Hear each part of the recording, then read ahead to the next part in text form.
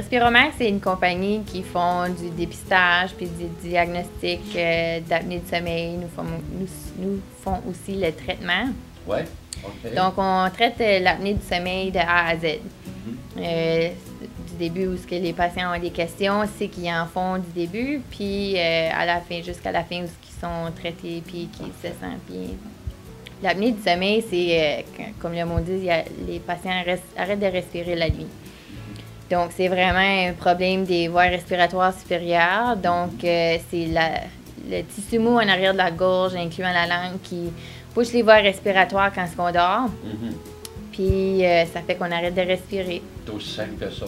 C'est aussi simple que ça. Souvent, les plus sévères, les partenaires vont s'en rendre compte qu'ils arrêtent de respirer la nuit. Des fois, c'est juste que les patients ils se sentent fatigués le jour. Donc, quand on arrête de respirer la nuit, ça enchaîne un réflexe cardiovasculaire qui cause que le cœur, lui, il se met à battre plus vite pour compenser pour le manque d'oxygène. Donc, ça envoie un signal au cerveau pour dire hey, « Écoute, respire, j'ai besoin de l'oxygène. » Donc, ce cycle-là se répète au courant de la nuit. Quand ça se passe, ben ton corps, il ne dort pas la nuit, il ne se repose pas. Donc, ça cause que les patients sont fatigués le jour. Puis, ils ne savent pas pourquoi, parce que les autres ont connaissance qui ont bien dormi. C'est très, très commun. Ah oui? Hein? Oui, c'est très commun. Il y en a qui pensent que c'est les personnes qui ronflent seulement. C'est vraiment 50-50.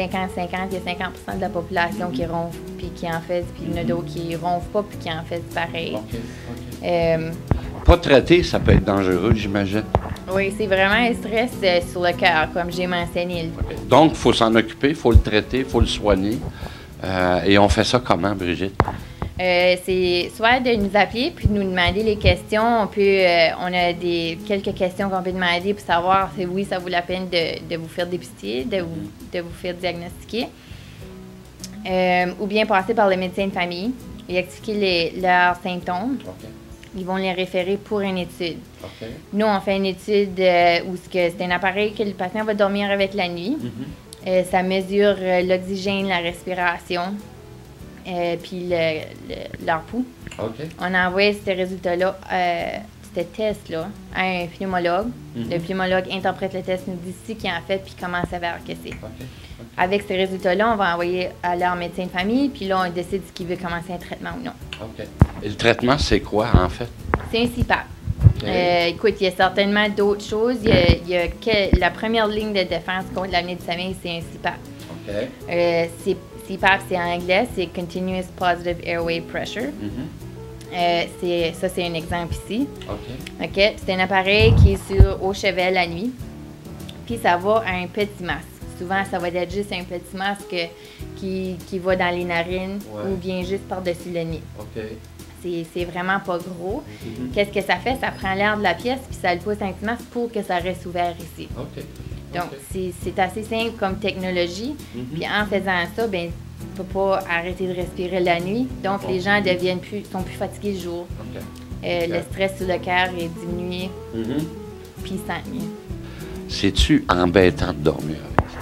C'est certain au début. Les premières semaines, c'est les pires. J'en compte jamais de mentir.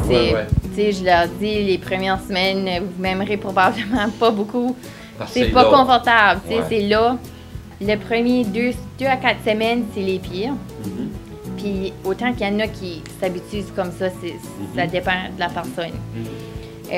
C'est pour ça qu'on assure un service vraiment serré. Quand les patients viennent nous voir, ils ont un mois pour l'essayer, puis ça leur coûte rien. Brigitte, c'est-tu à vie, ça, ou après un certain temps, ton système se régularise et puis tu peux dormir sans avoir un masque certaines périodes, par exemple?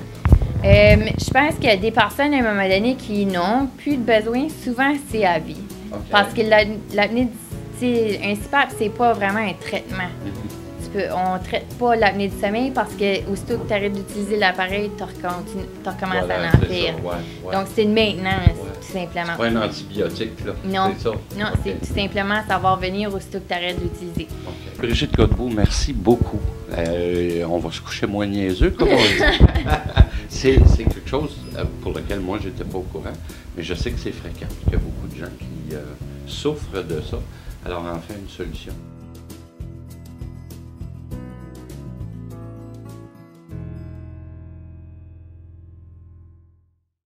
Bye.